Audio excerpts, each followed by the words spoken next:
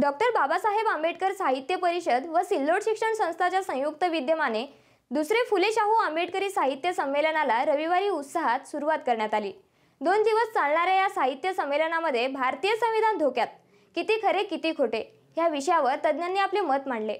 Doctor Babasaheb Ambedkar साहित्य परिषद व सिल्लोड शिक्षण संस्था यांच्या संयुक्त विद्यमाने आयोजित दुसरे फुले शाहू आंबेडकर साहित्य संमेलनाला रविवारी सकाळी सुरुवात झाली। दीपाली पंकज पाखरे व कनिष्का प्रकाश पाखरे यांनी धम्मरत्न मित्रमंडळातर्फे मान्यवरांचे औक्षण केले, तर धम्मरत्न मित्रमंडळातर्फे पुष्पवृष्टी करण्यात आली। मंडळाचे पदाधिकारी उपस्थित होते। टीव्ही सेंटर येथील छत्रपती शाहू महाराज यांच्या पुतळ्याला उपस्थित मान्यवरांच्या हस्ते अभिवादन करून सकाळी संविधान रॅलीचे आयोजन करण्यात आले होते।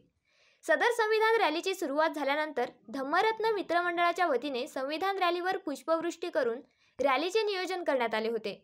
सदर रॅली टीव्ही सेंटर येथून निघून सिद्धार्थनगर मार्गे नूतन बहुउद्देशीय शाळेमध्ये उभारण्यात आलेल्या भव्य महाकवी वामनदादा कर्डक साहित्य नगरी येथे विसर्जित करण्यात आली। महाकवी वामनदादा कर्डक साहित्य नगरी येथे दुसरे फुले शाहू आंबेडकरी साहित्य संमेलनाचे उद्घाटन दीपप्रज्वलन करून करण्यात आले। यावेळी उद्घाटक म्हणून प्रसिद्ध कवी तथा अखिल भारतीय मराठवाडा साहित्य संमेलनाचे अध्यक्ष फमू शिंदे हे होते, तर अध्यक्षस्थानी पद्मश्री लक्ष्मण माने हे उपस्थित होते। तर स्वागत अध्यक्ष म्हणून सिल्लोड शिक्षण संस्थेचे सचिव तथा डॉक्टर बाबासाहेब आंबेडकर मराठवाडा विद्यापीठाचे व्यवस्थापन परिषद सदस्य प्राचार्य राहुल मस्के यांची उपस्थिती होती। यावेळी विभागीय उपायुक्त भारत कदम, विभागीय शिक्षण उपसंचालक अनिल साबळे, कार्यकारी अभियंता महावितरण डॉक्टर मुरहरी केळे, प्रसिद्ध समीक्षक आणि विचारवंत डॉक्टर ऋषिकेश कांबळे, डॉक्टर बाबासाहेब आंबेडकर साहित्य परिषदेचे अध्यक्ष डॉक्टर मोहन सौंदर्य, सिल्लोड शिक्षण संस्थेचे अध्यक्ष दादासाहेब उर्फ जनार्दन मस्के, ज्येष्ठ पॅंथर ॲडव्होकेट रमेशभाई खंडागळे, रिपाईचे नेते दौलतदादा खरात, ज्येष्ठ नेते रतनकुमार पंडागळे, ज्येष्ठ पत्रकार ससो खंडाळकर, ॲडव्होकेट वैशाली डोळस, प्राध्यापक मंगल खिवनसरा आदींनी पहिल्या दिवशी झालेल्या 2 सत्रांमध्ये हजेरी लावून आपापले मनोगत व्यक्त केले। या दोन्ही सत्राचे सूत्रसंचालन प्राध्यापक अनिल लहाने यांनी केले, तर आभार कविता साबळे आणि अनिल वैद्य, डॉक्टर रेखा वाघ यांनी मानले।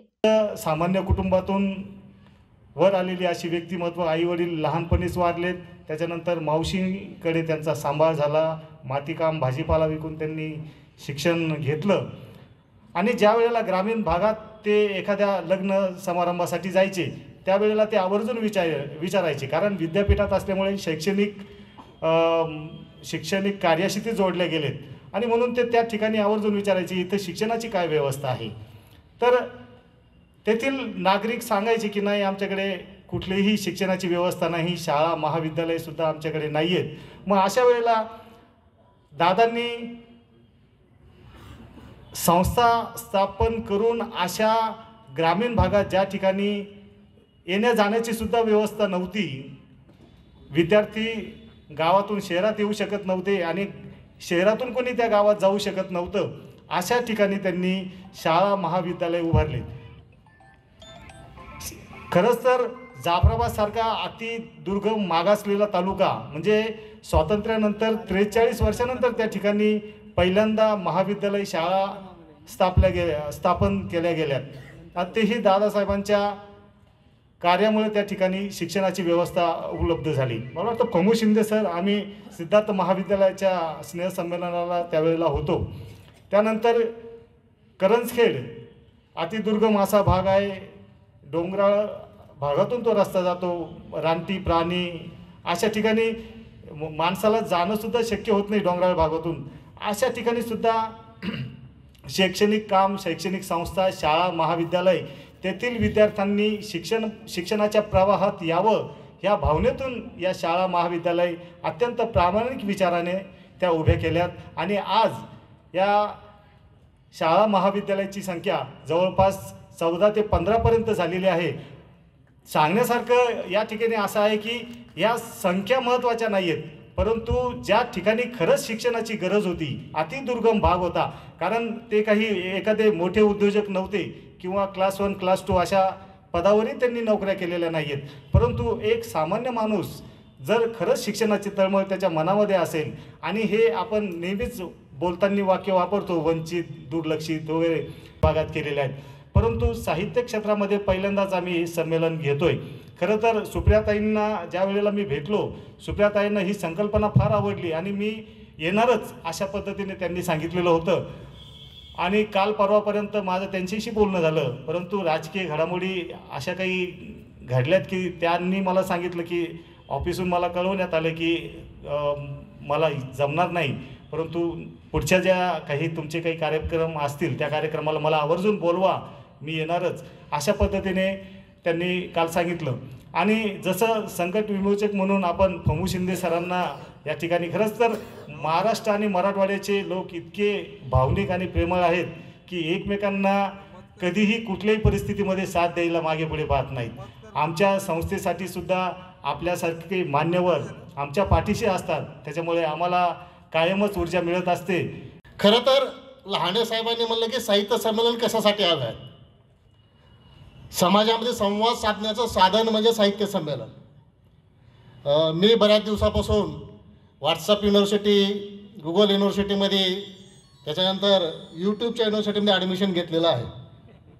मला आज इथं यायचं म्हणल्यानंतर मी शोधत होतो की साहित्य संमेलन म्हणजे काय आणि त्याची गरज काय. पण त्याच्यात मला नाही सापडलं. ChatGPTवर गेलो, कारण नवीन एक विद्यापीठ निर्माण झालेलं आहे ChatGPT. आपण काहीही सांगा आपल्या प्रश्नाला उत्तरं देते ते. त्याच्यातही गेलो, पण साहित्य संमेलन म्हणजे काय, त्याची गरज का, हे मला काय जाणवत नव्हतं. म्हणजे मला पटलं नाही त्यांनी सांगलेलं आहे ते. अशा या युगामध्ये हे साहित्य संमेलन होत आहे आणि साहित्य संमेलन होत असताना वेगवेगळे साहित्य संमेलन आपण बघतो आहोत. यांची गरज का निर्माण झालेली आहे. खरं तर माझं चुकत असेल, माझा विचार आहे सर, ऋषिकेश कांबळे माझे गुरुवर्य आहेत, साहित्य संमेलनाची निर्मिती ही वर्षावासातून झाली असं मला वाटते.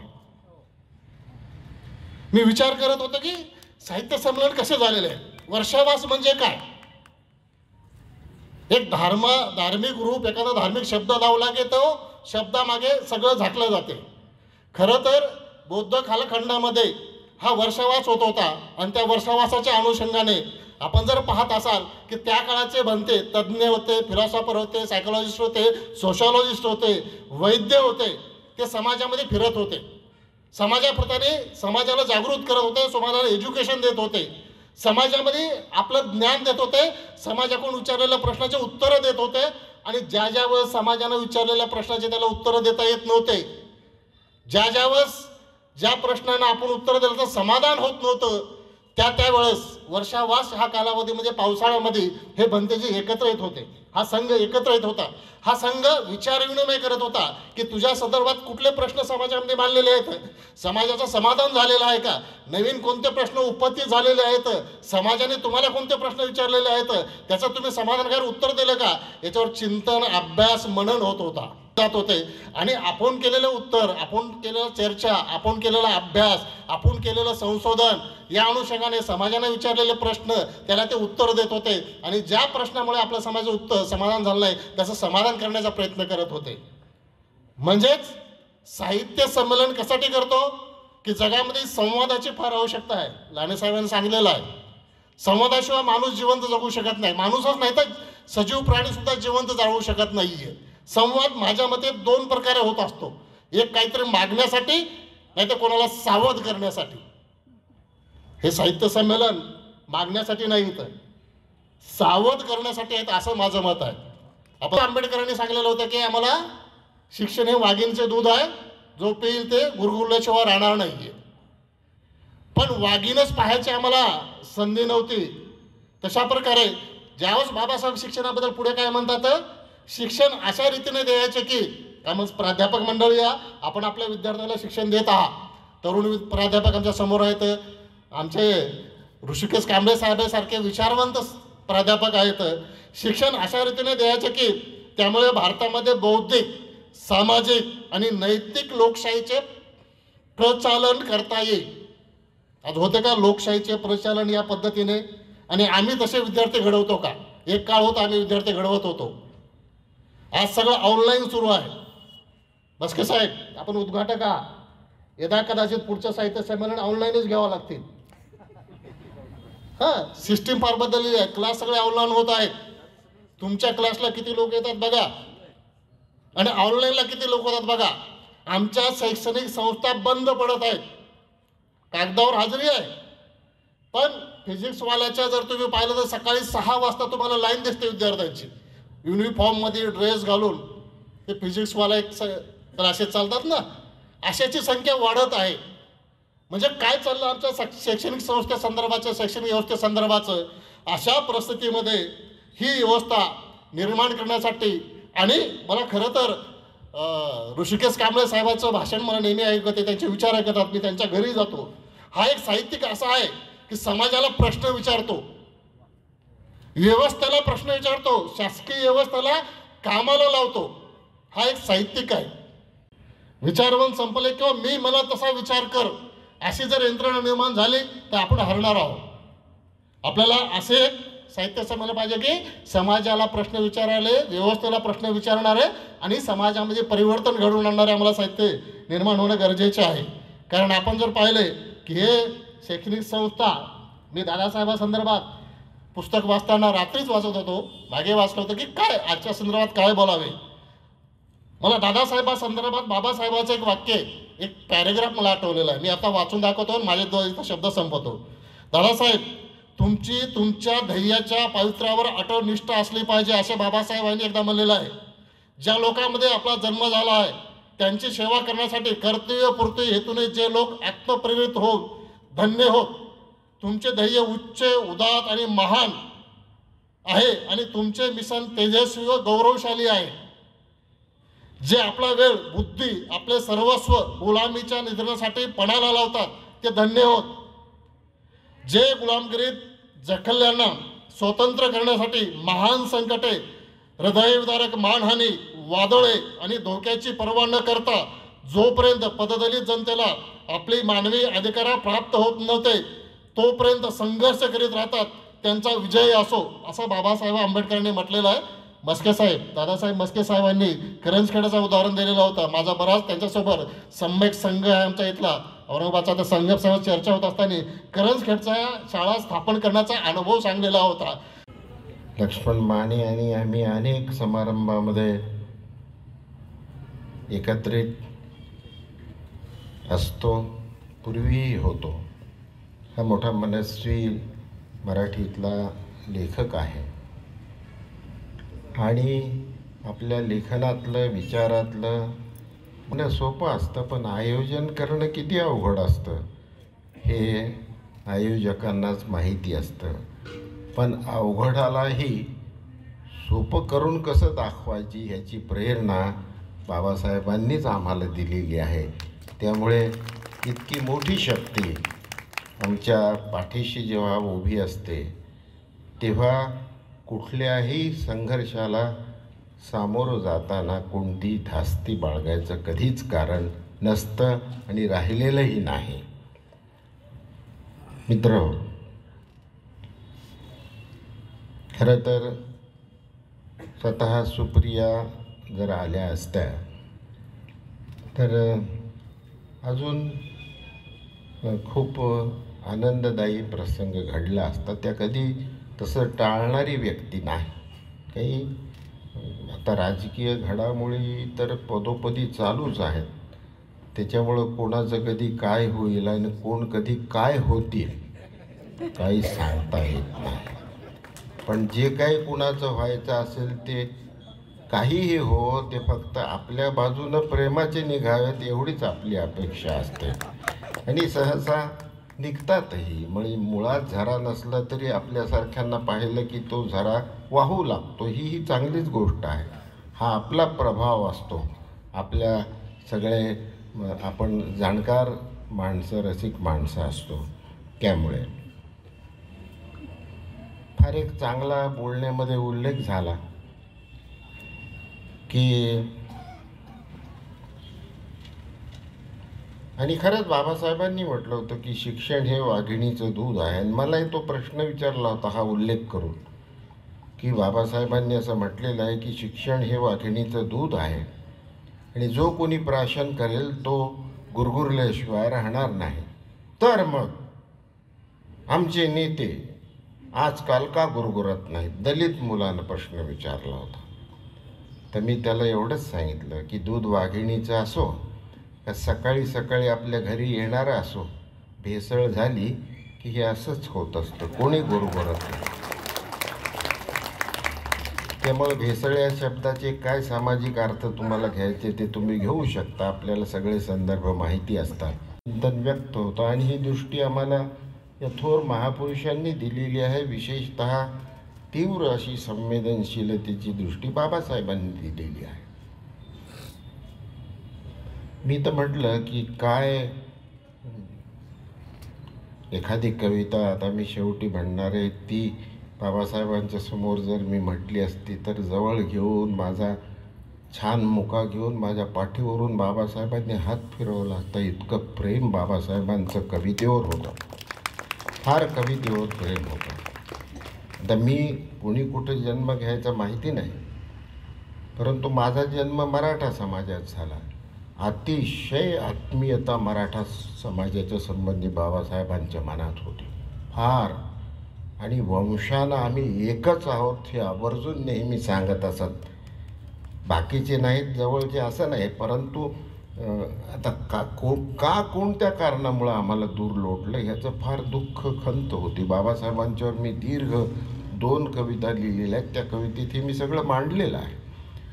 त्याच्यामुळे ही एवढी मोठी प्रेरणा तुमच्या माझ्या पाठीमागं तर आहेच, परंतु आमच्यासारखे जे लिहितात त्यांच्याही मागं बाबासाहेबांचीच प्रेरणा उभी असते. म्हणून आम्ही कणखरपणानं बोलू शकतो, जगाला काळाला सुद्धा न घाबरता बोलू शकतो, कारण आम्हाला बाबासाहेब माझ्या पाठीशी आहेत या गोष्टीची खात्री असते. आणि तेवढी शक्ती त्या एका पाठीमागं असलेल्या प्रतिमेनं बाबासाहेबांनी आम्हाला दिलेली असते. तर ही मोठी गोष्ट आहे. आणि ही सगळी छोटी मोठी अन्यत्रही महाराष्ट्रभर, महाराष्ट्राच्या बाहेरही, जगातही बाबासाहेबांच्या प्रेरणेनं जी साहित्य संमेलनं होतात, त्याचं आयोजन करण्यात येतं, त्याच्या मागची प्रेरणा हीच आहे की तुम्ही आणि मी आपल्याला डुलकी लागता कामा नये. थोड्याशा सुखानं सुद्धा डुलकी लागण्याचे हे दिवस आहेत. आणि एका डुलकीमध्ये काय होईल आपल्याला काही पाहायला शिल्लक असेल की नाही, आणि आपल्याला कुणी पाहण्यासाठी आपण शिल्लक राहू की नाही काही सांगता येत नाही. त्यामुळं प्रत्येक क्षण हा वैचारिकतेनं आपल्याला जगता आला पाहिजे. त्यामुळं धोरणानं कधीही वागायचं नाही, धारणेनंच वागायचं. आणि हे संस्कार बाबासाहेबांनी त्यांच्या चरित्रातूनही दिले आणि त्यांच्या सगळ्या लेखनातूनही दिलेली आहेत. तर ही जी वैचारिक धारणा आहे ही आमच्या सगळ्यांच्याच, आम्ही जे लिहितो इथंही लेखक कवी मित्र माझे बसलेले आहेत, त्यांच्या मागं ही शक्ती उभी आहे. म्हणून आम्ही थोडंसं काही लिहू शकतो. मित्रहो, संमेलनाचं म्हणजे वैचारिक साहित्य संमेलनाचं उद्घाटन झालं असं मी मोठ्या आनंदानं सहर्ष जाहीर करतो. खरं तर मी 40 वर्षे प्राध्यापक राहिलेलो आहे मराठीचा. आणि तसं मनात आणलं तर मी 50 मिनटं तर सहजच बोलू शकतो, पण पगारी प्राध्यापकही 50 मिनटं बोलतीलच याची काही खात्री राहिलेली नाही. मी एकदा विचारलं, बा तुम्ही काही तास घेत नाही, हे काही बरोबर नाही. विद्यार्थ्यांनी सांगितले की इतके सर अभ्यासू आहेत पण तास घेत नाहीत. ते म्हणे तास घेण्याचा मुद्दाच येत नाही. म्हटलं कसं काय? 50 लाख अपॉइंटमेंटला दिल्यानंतर तिथंच मी वधवून घेतलं की हे 50 घ्या पण मी शिकवणार नाही. मग ते दिले कशासाठी? आता असे व्यवहार जिथं चालू आहेत तिथे शैक्षणिक संस्कारांची अपेक्षा करताच येत नाही, ही गोष्ट आहे.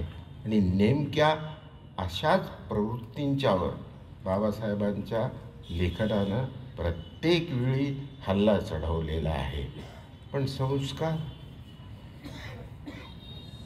हे संस्कार बाबासाहेबांचे घेऊन आपण चालू लागलो तरच तुमच्या मनामध्ये संघर्षाचं स्फुल्लिंग ठिणगी निर्माण होईल.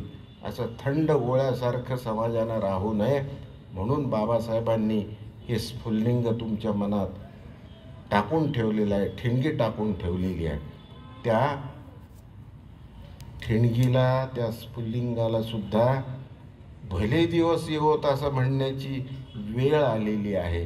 आम्ही लेखनातून सांगतो, तुम्ही आयोजक ही संमेलनं आयोजित करता, त्याच्या पाठीमागचं हेच कारण आहे की थंड पडत चाललेला समाजाचा जो गोळा आहे त्याच्यावर हे स्फुल्लिंग निर्माण करून देणारे वैचारिक संस्कार झाले पाहिजे. त्यामुळं ही कविता ऐकल्यानंतर तुमच्या लक्षात येईल की हा कोणत्या विचाराचा कवी आहे.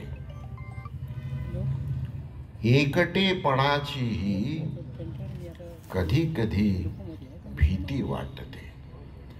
सगळ्यांच्या मनातून भीती गेली पाहिजे म्हणून बाबासाहेबांनी वैचारिक संस्कार केलेले आहेत. तरीही माझ्यासारख्या मनामध्ये थोडीशी जी भीती आहे ती मी बाबासाहेबांना बोलून दाखवत असतो अधूनमधून, की तुम्हाला थोडंसं गुंगारा देऊन ही थोडीशी भीती इथं राहिलेली आहे, नाही तर तुमच्यासमोर भीती राहूच शकत नाही कुठल्याही प्रकारची. असा निर्भय समाज बाबासाहेबांना अपेक्षित होता आणि संस्कारानं बाबासाहेबांनी तो निर्माण करून सुद्धा दाखवला.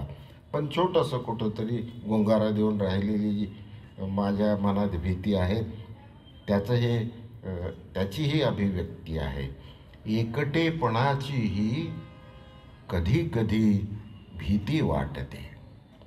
एकटेपणाचीही कधी कधी भीती वाटते, तशी सोबतीचीही कधी कधी भीती वाटते. तशी सोबतीचीही कधी कधी भीती वाटते. प्रपंचातल्या मंडळींनाही हे माहिती आहे आणि राजकारणातल्या मंडळींना तर ते जास्तच माहिती आहे की सोबत घेतलेला हा पक्ष सोबतच राहील का याची कोणी खात्री द्यायची. म्हणून सोबत ह्याची काय व्याख्या करावी हे जरा कठीण होऊन बसलेलं आहे राजकारणाच्या संस्कारांच्यामुळं. एकटेपणाची कधी कधी भीती वाटते, तशी सोबतीचीही कधी कधी भीती वाटते. आता झाडाची वेदना पहा. सावलीत बसलेले निजलेले अनोळखी बनले. आनंदानं झाडाच्या सावलीत, हे झाडाचं दुःख आहे. सावलीत बसलेले निजलेले अनोळखी बनले. परोपकाराचीही कधी कधी भीती वाटते. परोपकाराचीही कधी कधी भीती वाटते. कसा खेळ खंडोबा चांग भले म्हणता म्हणता. आपण खंडोबाच्या तिथं चांग भलं म्हणतो. चांग भले म्हणता म्हणता तळी उचलण्याचीही कधी कधी भीती वाटते. आता कोणाची तळी उचलायची, कोणाची उचलायची नाही. राजकारणात फार तळ्या उचलाव्या लागतात, पण तळी उचलण्याचीही कधी कधी भीती वाटते. आणि शेवटी या ओळीनं मी माझ्या मनोगताचा समारोप करतो. तनाचे, देहाचे, शरीराचे, तनाचे कीर्तनाचे केवढे व्यापार खुले. आपण पाहतो सगळीकडे. तनाचे कीर्तनाचे केवढे व्यापार खुले. संत सज्जनांची कधी कधी भीती वाटते. संत सज्जनांचीही कधी कधी भीती वाटते. एकटेपणाचीही कधी कधी भीती वाटते, तशी सोबतीचीही कधी कधी भीती वाटते. धन्यवाद. पमूची कविता मला ऐकता आली याचा मला मनापासून आनंद आहे. अशीच कविता तो लिहित राहावा आणि महाराष्ट्राच्या मराठी भाषेला त्यानं समृद्ध करावं अशी मनापासूनची इच्छा मी व्यक्त करतो. काय करायचं काय लिहून? आता आयुक्तांनी तुम्हाला सांगितलं फार चांगलं की ते प्रत्येकजण हे उठते, हे घेते हातामध्ये, यातच सारं डोकं 24 तास माणसं घालत असतील तर ती वाचणार केव्हा? आणि ती वाचणारच नसतील तर आपण लिहून उपयोग काय? आपण कशासाठी लिहितो? लोकांसाठी लिहितो. आपल्या आत्ममग्नतेसाठी लिहित नाही किंवा स्वतःच्या करमणुकीसाठी आम्ही लोक लिहित नाही. आम्ही लोक लिहितो ते लोकांच्या दुःखाचं, लोकांच्या वेदनेचं, आणि त्याचा आमचा जो हुंकार असतो तो विद्रोही असतो, याच्यासाठी आम्ही लिहितो. आता ह्याच्यातलं काहीच जर घडत नसेल तर मग असं वाटायला लागतं की आता काहीतरी वेगळं शोधलं पाहिजे, म्हणजे हत्यार जरा वेगळं शोधलं पाहिजे. ही प्रजा आता इतकी हाताबाहेर गेलेली आहे की तिला मला वाटतं बाबासाहेब सुद्धा पुन्हा कंट्रोल करू शकले असते की नाही कोणास ठाऊक, इतकी ते हाताबाहेर गेलेली आहे.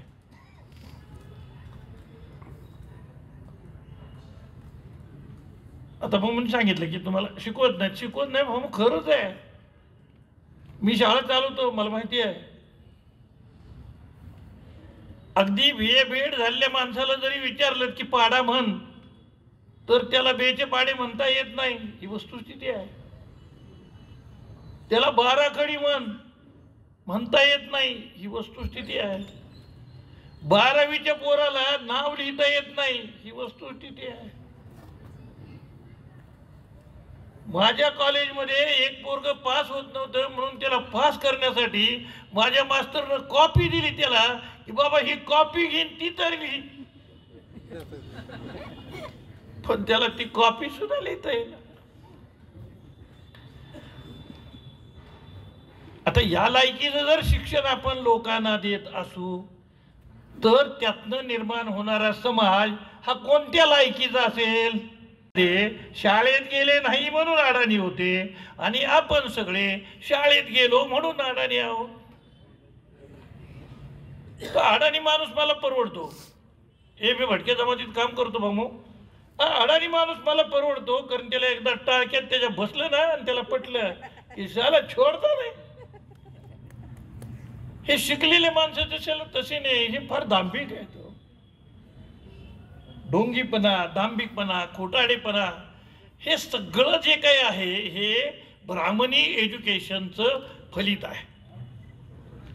आपण सगळे जे काही शिकलो ते ब्राह्मणांनी आपल्याला जे उपलब्ध करून दिलं ते शिकलो, म्हणजे आपण सारे अप्रत्यक्षपणे ब्राह्मणी विचारांचे वाहक झालो. शाळा काढल्या आपण, मी पण काढल्या, दादांनी पण शाळा काढल्या. बाबासाहेबांनी आम्हाला सांगितलं शिका म्हणून मी प्राथमिक शाळा सुरू केल्या आणि आजही प्राथमिक माध्यमिक शाळा चालवतो. महाविद्यालय आणि ते पुढचं जे शिक्षण आहे ते मी लोकांच्यावर सोडून दिलं आहे, कारण हे मोठे लोक चालवू शकतात, आमच्या शाळा कोण चालवणार? आणि प्राथमिक शिक्षणच झालं नाही तर पुढे काय करणार? आणि मी प्राथमिक शिक्षणाची परिस्थिती तुम्हाला सांगितली. सरकार तर इतकं भांग प्यालेलं आहे की विचाराची सोय नाही.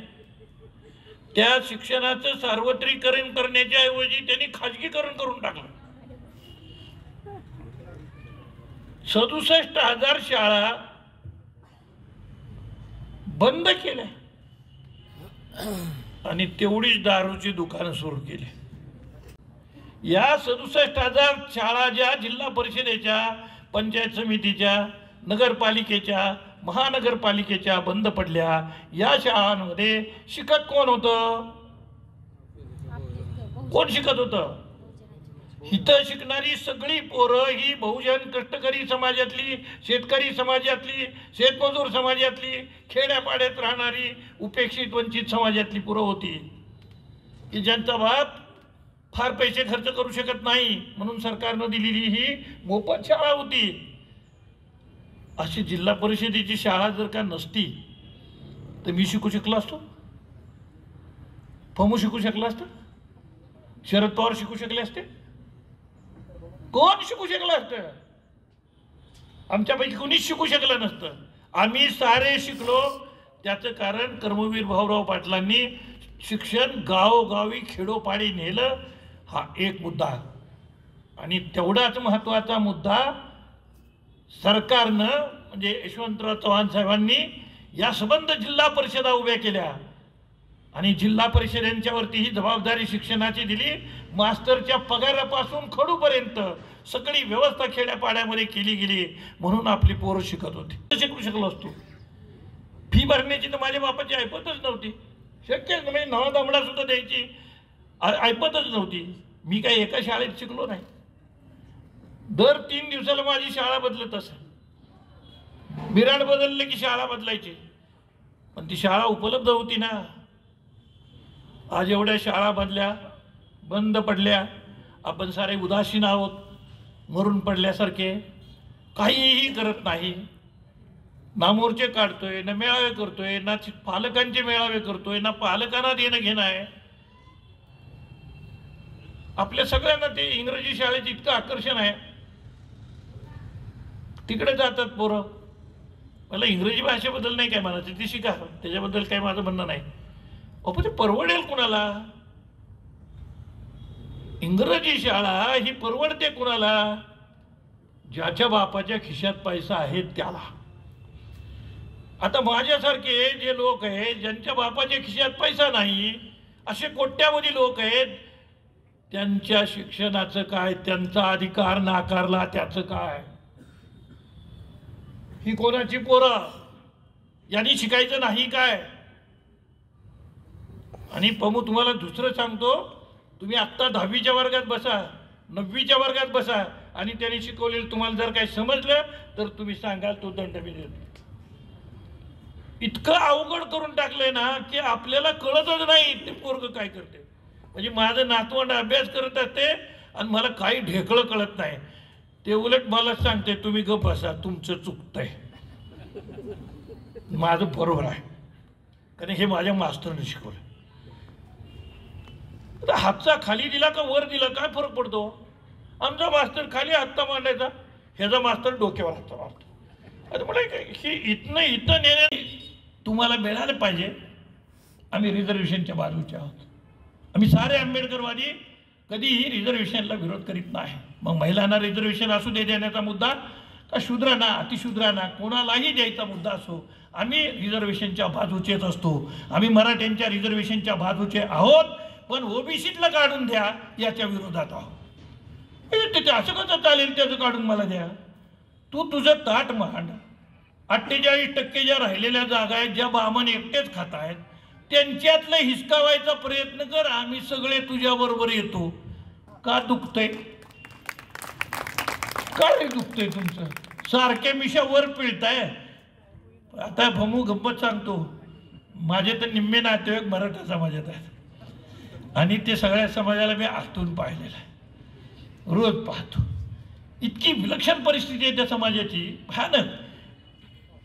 म्हणजे आपण ओपन हे मला काहीतरी दे रे म्हणू शकतो, ते तसंही म्हणू शकत नाही, कारण आबरू नावाची गोष्ट लई भारी असते. ते तिथे ते पारावर बसते आणि भाताचं शीट मिशीला लावून मिशी वर पिळत असते. म्हणजे सगळ्या गावाला कळावं की पाटील जेवला आहे. खरं पाटील उपाशी बसलेला असते, त्याला सांगता येत नाही ना की मी उपाशी बसलोय. तर तुम्ही काय आहे ते आम्हाला माहिती आहे ना. जरा मिशा खाली करा, सारखंच वर नका नेऊ. आणि दुसरी गोष्ट पाहू, मला आता माझे सगळे नातेवाईक सांगतात आमच्या पोराला जरा पोरगी बघा की. आता म्हणले मी पोरगी बघितली तुम्हाला चालेल का? हा म्हणले चालते. म्हणलं कसं काय? हा म्हणले आमच्या समाजात पोरीच नाहीत. पोरं 40ला आली तर लग्नच होईना. आता काय करायचं? पुढे वारसदार तर तयार केला पाहिजे, त्यासाठी पोरगी लागणार. मी त्यांना सांगतो, मधल्या काळात पोरी मारत होता तेव्हा कसं वाटत होतं? वाढ वाटत होतं. आम्ही नाही आमच्या मारल्या. Schedule caste, schedule tribe, VJNT, OBC यांच्यात हा प्रॉब्लेम नाही, कारण आम्ही पोरी मारल्या नाही. तुम्ही पोरी मारल्यात, आता बोंब मारीत बसा, नाही तर खाली या. जर पाहिजेच असतील पोरी तर आमच्याकडे आहेत, आम्ही तुम्हाला द्यायला तयार आहे. तुम्ही घ्यायचं की नाही तुम्ही ठरवा. तर आता त्यातले लोक लागलेच सांगायला होय होय चालत्या तो कुठली का असं ना. बघा, कुठल्याही समाजातली असली तरी चालेल, पण पोराचे लग्न तर झालं पाहिजे. अहो त्याच्या वयाच्या पोराची लग्न होऊन गेली तर बघतो, बघायची गरजच नाही. तुम्ही फक्त तुमची पोरं आहेत ना ते आमच्या गल्ल्यांमध्ये पाठवा, अत्याचार करायला नाही. जर रितसरपणे तुम्ही प्रस्ताव दिला तर मुली आमच्याकडच्या ट्रान्सफर होऊ शकतात. तुम्हाला एकही बामण दारात उभं करीत नसतो, कारण तुम्हाला तो शूद्र मानतो. तो तुमच्या पोरी करून घेईल पण तुम्हाला पोरी देणार नाही, हे लक्षात ठेवा. तुमच्या पोरी करून घेईल, कारण बाई कुठली पण चालते, पण त्याची पोरगी तुम्हाला देईल का? देणार नाही. म्हणून ती पळवून आणायला लागते. आमची पोरं त्यात पळवून. तुम्हाला सांगतोय राव, तुम्ही जरा आपल्या पोरं बाळाला मोकळं सोडा का. गल्ली गल्लीमध्ये पोरं मोकळी सोडली ना, शाळा कॉलेजांमध्ये शिकवलं ना, किती जमवतात त्यांचं ते. शाळे तुम्ही सारखं पोरीला सांगणार इकडं बघू नको, तिकडं बघू नको, इकडं बघू नको, तिकडं बघू. कुठेतरी बघणारच ना ती. निसर्ग धर्म तिला थांबू देणार आहे का? कुठेतरी बघणार ना ती. मग बघू दे ना तिला पाहिजे ते, पण नाही. पण मित्रो, चारही बाजूनं अडचणी निर्माण केलेल्या आहेत. बहुजन समाज अतिशय संकटात आहे. लिहिणं, वाचणं, बोलणं हे आपल्याला घटनेनं दिलं. आज घटना अडचणीत आहे. येऊ देतील अशी परिस्थिती नाही, बोलायला देतील की नाही अशी परिस्थिती नाही, मतांना जाऊ देतील की नाही अशी परिस्थिती नाही. म्हणजे मूलभूत अधिकारांमध्ये जी सप्त स्वातंत्र्य आपल्याला दिली ती सगळीच्या सगळी स्वातंत्र्य आत्ता या क्षणाला धोक्यात आहेत.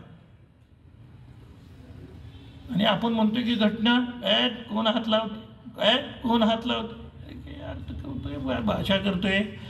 गल्ल्या गल्ल्यांमध्ये मिटिंगा झाल्या पाहिजेत. सर, तुम्ही संमेलन नुसतं घेतलंय, माझं म्हणणं गल्ल्या गल्ल्यांमध्ये मिटिंगा झाल्या पाहिजेत. आपल्या पोरांना सांगितलं पाहिजे नथिंग डुईंग हे नाही चालू द्यायचं. शाळेत मास्तर येत नसला तर आपल्या शाळा भरवा, पडव्यांमध्ये भरवा, पण पोरं शिकवा. भाऊराव पाटील म्हणाले शाळेत पोरं येत नसतील तर शाळा पोरांच्यापर्यंत घेऊन जा. हे सांगणाऱ्या कर्मवीरांची आपण वारसदार आहोत. हे करायला पाहिजे. त्यांनी शिक्षण नाकारलं म्हणून आपणही नाकारलं किंवा सोडून दिलं तर गरीब पोरं करणार काय? मग माझ्याकडे रोज 1200-1300 पोरं जेवतात. मला लोक विचारतात शरद पवार तुमचे मित्र कसे काय? शरद पवार आणि यशवंतराव चव्हाण या दोघांनी मला ती संस्था काढायला लावली आणि या क्षणापर्यंत एकही दिवस असा आला नाही. अनेक संकट आली पण एकही दिवस असा आला नाही ज्या दिवशी पोरं उपाशी राहिले. एकही दिवशी पोरं उपाशी राहिली नाहीत. कितीही संकट आली तरी सुद्धा ती सहन करतो. माझं धर्मांतर कुणी केला? माझ्या या पोरांनी यशस्वी केला. कारण त्यावेळी पहिली दुसरीत असलेली पोरं धर्मांतराच्या काळामध्ये 25-30 मध्ये आलेली होती. ती पोरं सांगत होती की सर तुम्ही सांगताय ते बरोबर आहे, आम्ही आमच्या तांड्यामध्ये जातो, आम्ही तुमची सभा लावतो, आम्ही लोकांना समजावून सांगतो. आणि 5 लाख लोक घेऊन मी धर्मांतर केलं. शिक्षण आमच्यासाठी अमृत आहे, नुसतं वाघिणीचं दूध नाही, ते तर आहेच. त्याच्यापेक्षा सुद्धा आम्हाला संजीवनी देणारे ते अमृत आहे. शिकलो नसतो तर ह्यातलं काय बोलू शकलो असतो? माझ्या बापाला काय बोलता येत होतं? 2 शब्द बोलता येत नव्हते. मी किती वेळ बोलू शकतो? माझ्या बापाला नव्हतं बोलता येत, माझ्या आज्याला नव्हतं बोलता येत. त्यांची वाचा बंद केली होती धर्मशास्त्राने. आमचे लोक कर्तबगार होते, लोकांची घरं बांधत होते. पण आम्हाला आमची घरं नसती का बांधता आली? पण धर्मशास्त्रानं आम्हाला घर बांधायला परवानगी नव्हती. आम्ही शूद्र लोक आहे, अतिशूद्र लोक आहे, अस्पृश्य लोक आहे, आदिवासी लोक आहे. आम्हाला स्वतःची इस्टेट करायचा अधिकार नव्हता. जो बाबासाहेब आंबेडकरांनी हा आमचा बाप आहे, त्यांनी आम्हाला घटनेमध्ये तो अधिकार दिला. म्हणून मी आता इनोवा सारख्या गाडीतनं हिंडतो. बापानं मला स्वातंत्र्य दिलेलं आहे. भीक मागायला गेलो नाही, बापाने दिलेलं आहे म्हणून आहे. पण बापाने दिलेलं स्वातंत्र्य जर कोणी काढून घेत असेल तर शेवटचा रक्ताचा थेंब वाचेपर्यंत बाबासाहेबांचे अनुयायी लढल्याशिवाय राहणार नाहीत, एवढं मी तुम्हाला निश्चितपणे सांगतो. देशभर आम्ही असे लोक नाही आहे. तुम्ही करून बघा. अंमलबजावणी करा आणि एका पोराला अटक करून आतमध्ये न्या, शाळेला ते पोलीस स्टेशन 15 मिनिटात जाळून नाही टाकलं तर बोला काय समजता तुम्ही स्वतःला? कायदे कराल, अशी माणसं घेऊन जाल आणि आतमध्ये मारून टाकाल आणि त्याला देणार नाही? अरे काय मोगलाई लागली सलग तुम्ही आहे काय? ज्या माईचं पोरग जाईल ती बाई काय गप्प बसेल? तर ते भ्रमात आहेत. त्यांना पुन्हा वर्ण व्यवस्था आणायची आहे. ब्राह्मण, क्षत्रिय, वैश्य, शूद्र हे सगळं पुन्हा त्यांना आणायचं आहे. गड्यात कुणाची गाडगी बांधायची आहे, त्याशिवाय त्यांचं समाधानच होणार नाही. कारण अधरोत्तरता ही महत्वाची आहे. शेवटचा लास्ट वर्ड कुणाचा? तो ब्राह्मणाचा. आम्ही सांगतो लास्ट वर्ड कुणाचा? डॉक्टर बाबासाहेब आंबेडकरांचा. आणि दुसरा लास्ट वर्ड कुणी नाही. आमचा नेता हयात नाही, आमचा नेता अस्तित्वात नाही, पण आमच्या सगळ्यांचा नेता एकच आहे, ज्याचं नाव डॉक्टर बाबासाहेब आंबेडकर.